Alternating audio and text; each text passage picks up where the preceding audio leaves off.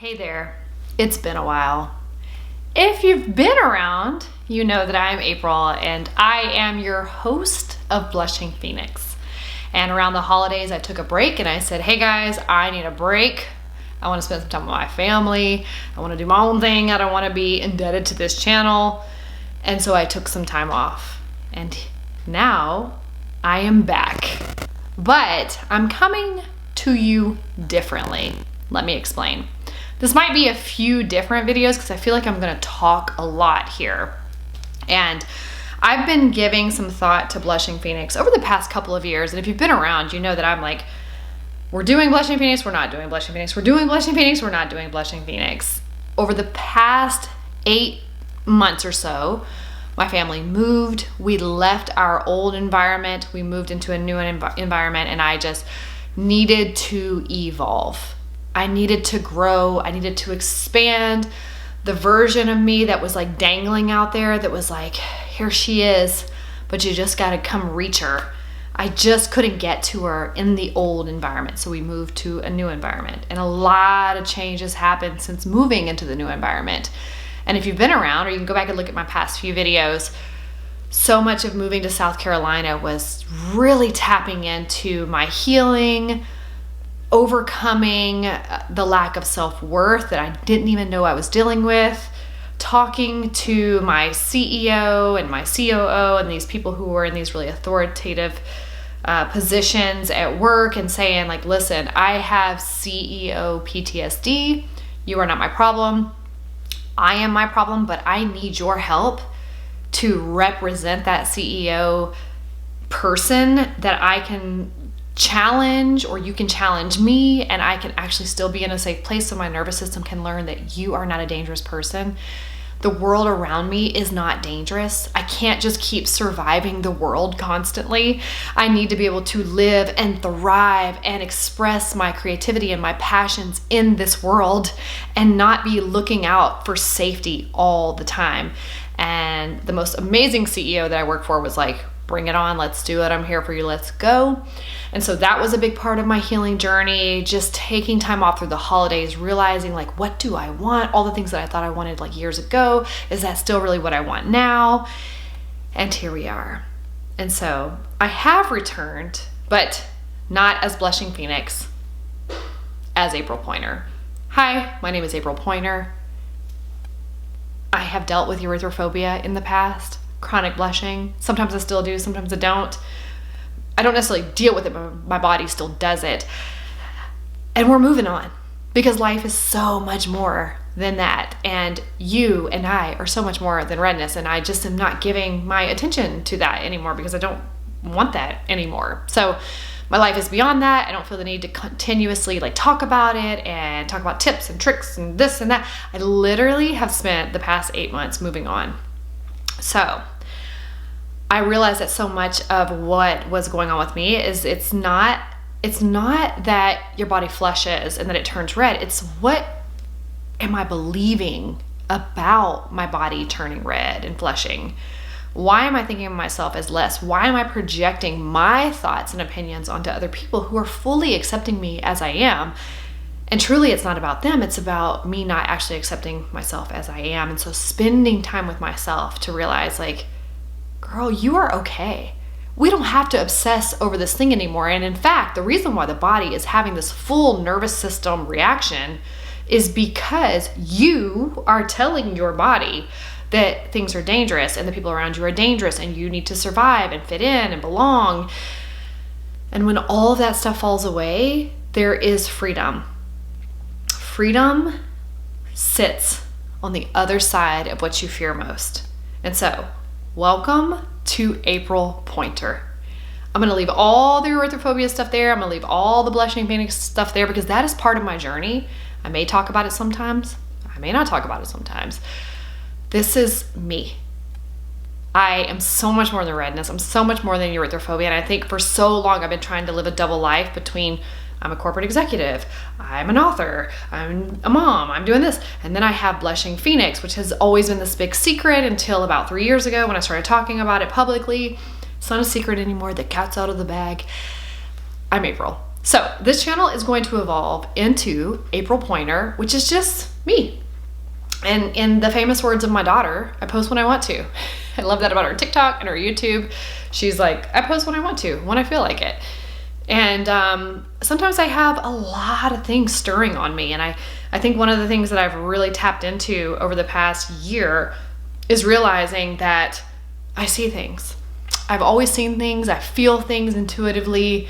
I can look at a situation and see what people are missing and how sometimes we create these big divides between ourselves. And I'm like, it's really not that big of a deal. It's this one thing where we're struggling. And if we would just deal with this one thing, we would come back together collectively and we could make amazing things happen. So yeah, a big part of my journey has been realizing that I am safe, I belong, that I have a voice, I have things to say, and I have every right to speak, and that I see intuitively. I see things that people don't always see, and it's downloaded into me, into these words, into these pictures, and then I can write and express based off of what I feel collectively among us. And that's what I want to grow the channel into. I want to be able to share my poetry here. I want to be able to share and talk about things that I'm experiencing, things that I think we're experiencing collectively as a society, or for people who resonate with what's happening here. So I absolutely hope that you will stick around. I hope that you'll subscribe if you've been listening in for a while and not subscribing and following along with the channel. We're going to evolve beyond erythrophobia because you are so much more than that. And there's plenty, like 200 or something videos for you to go get caught up on those things. And there's other people who I've collaborated with who've spoken on this channel about their own journey with erythrophobia and overcoming erythrophobia. So there's hope for you. But I'm excited and I hope you'll come along. And again, the topics I'm talking about here are not to be polarizing. If it resonates with you, then you should stick around. I absolutely think you should stick around. If it does not resonate with you, it's probably just not for you, and that's okay too. I'm not going to argue in the comments and explain myself and try to convince you otherwise. No. You are free to go, you're free to stay, but we're gonna grow together here. And I'm gonna be doing a few videos because I think this is gonna be really long. So I am gonna jump right into it right now with a couple of things that have changed in my life that really helped me move beyond erythrophobia and the obsession over erythrophobia. You know, the brain works in a way that it's like, it's our homie. It wants to keep us safe. I think that there's a lot of stuff out there on the internet about like, your brain is sabotaging you. Your brain is your friend. It's part of your body. You don't want to live divided in your body. Your brain's looking out for you. The way your brain is wired is it wants to protect you, so it wants to keep you comfortable. Anything that we do that's outside of our comfort, the brain is like, this is dangerous and we should return back to the comfort. But what fun is that? Like, why do we want to stay in these cycles of anxiety and cycles of fear and cycles of destruction? Because it feels normal and familiar. So a few things I'm going to share with you. I've got quite a list here on my phone that I want to share with you in regards to some of the changes that I made over the past 8 months specifically that absolutely changed my life and thrusted me into this new season of my life where I'm like, hey, this is April Poynter. It's not Blushing Phoenix anymore. And just coming together as one, as like a holistic approach to all of this is change your environment. If you've been along on my journey, you know, when I lived in Tennessee, I was like, this land is literally killing me. I'm dying here. Nobody understood. Everybody kept looking at me like I was crazy when I was like, I'm gonna die in this land. And not to say I was being, I don't think I can say it here because it'll demonetize me, but unaliving myself. But I was in a really dark place after having my third child. Dark, deep postpartum depression. Had no clue what that was. I have 2 other children. I never had postpartum depression with them. And it thrusted me into this realm of darkness and fear and constantly feeling like people were going to be taken from me. And probably about a year into it, I was like, I think this is postpartum depression. Researched some of the symptoms and I was like, absolutely, this is what we're dealing with, is postpartum depression. Wow. And I changed my life in 4 weeks. I needed my life to look totally different than what it had looked like prior. I needed my activity and my social life and the things that I was doing throughout the day to look totally different than it had prior to that, because I wanted to change my life. And if in 4 weeks my life didn't change, I was going to a doctor and I was going to go get some medical help. But within that 4 weeks, my life changed because I changed my life. And we had been talking about moving for years. And my husband and I were talking one day and I'm like, I'm ready to go. And we just started the process. The big thing is that if you want to leave your environment, all you got to do is get a realtor involved, and then all of a sudden things start happening. Because we were talking to a realtor, and next thing I know, our house was on the market, and we were selling our house and moving to South Carolina. When we got to South Carolina, physically being in the land, I just felt like this weight came off of me, and I could breathe for the first time in years. And it didn't matter if anybody understood it or not. I knew what I was talking about. I knew when I was in Tennessee and I got all those blank stares from people when I was like, we have to leave this land. I'm going to die in this land. I came here and I felt so alive. I felt like I tapped into an energy of a youthful me, of a carefree me that was like, it just, so many days when I was driving to drop my son off at daycare, I would call my husband and I would be like, I have this feeling in my body that I felt when I was in high school and I got my driver's license for the first time, and I was driving on these back roads and I was free and I had the windows down and the music was playing and I was just free. That is what I feel. And so if you are in that place in your life and people are giving you a blank stare, do not wait for the validation of the world around you. You know what you need to do. So changing your environment is huge, and that could be changing your job, changing your living arrangement, changing like whatever environment is draining the soul out of you. You know what that is.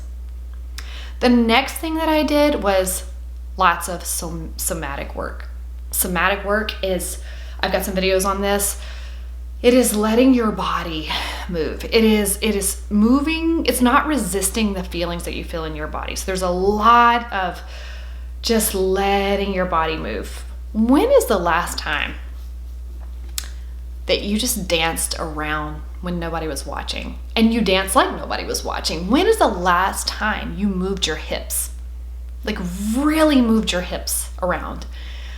When I lived in Tennessee, my functional neurologist, you guys have heard about him. He's on the channel, Dr. Deering. Love him dearly, so much. I remember talking to him one time and he was telling me about people who had come from religious trauma, specifically, especially women. And he was talking to them when he was doing chiropractic care for them. And they were talking about just how stiff they were. And he was like working their body and getting their hips to have movement again. And he was saying like, your hips are really locked up. And they would say what their beliefs were around sex and around their femininity and around dancing, and how they were really taught or programmed to believe that it was bad to move their hips and move their body. And when you don't use it, you lose it. Things start to stiffen up. So really tapping back into the body, breath work. Like I said, I have a video out here that shows me going through a somatic exercise where I am just like releasing trauma out of my body.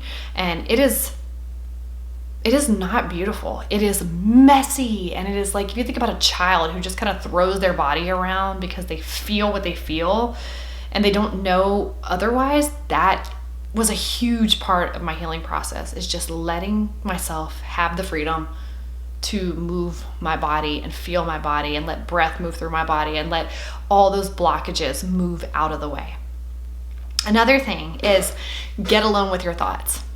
I have seen and met so many people, and I was this way in the past too, where you're just super impulsive with your thoughts. Like you start feeling a little bit of anxiety and you got to call 15 people and you got to text 15 people and you need everybody to know exactly what you're thinking so that you can work through your thoughts.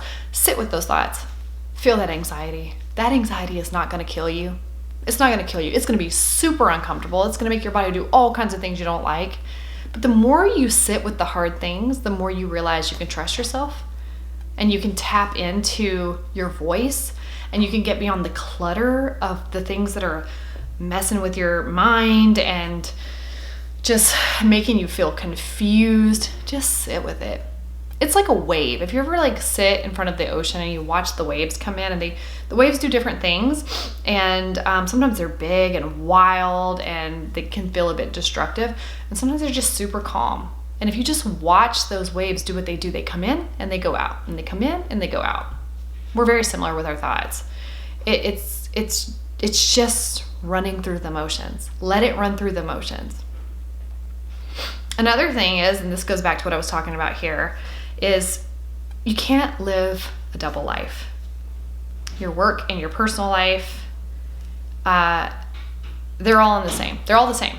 So again, Dr. Deering, I remember him telling me when I was talking about how I lived this, I was doing Blushing Phoenix and I was doing other side business stuff and some consulting and coaching. And I never wanted my full-time job to know that, because I didn't want them to feel threatened by the fact that I had an outside income and I had things going on outside of my work, because I thought it would threaten my job.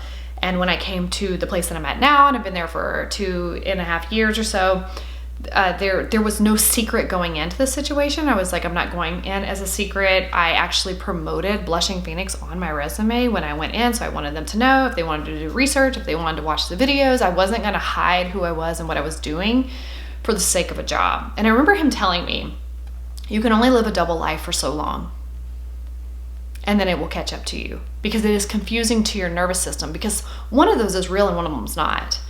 And I really worked on reconciling those two worlds.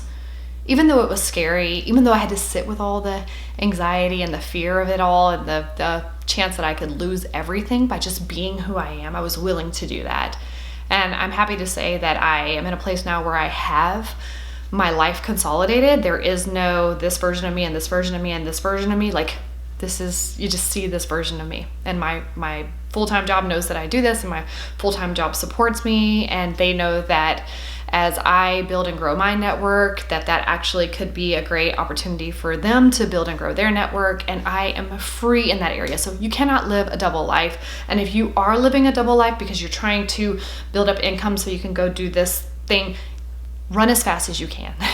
Because anytime we leave ourselves in an environment that's toxic and is harming us, for example, I worked at a place that was incredibly awesome for my financial stability and really grew my career. But I remember at the end of that season talking to my husband and going, at what cost? At what cost mentally did that, was that worth it? And I was aware of all the narcissism and all the toxicity. And even then, at the end of it, I had to recover from a lot of trauma and a lot of stuff that was there. And the one thing I asked myself was, at what cost? Was it worth it?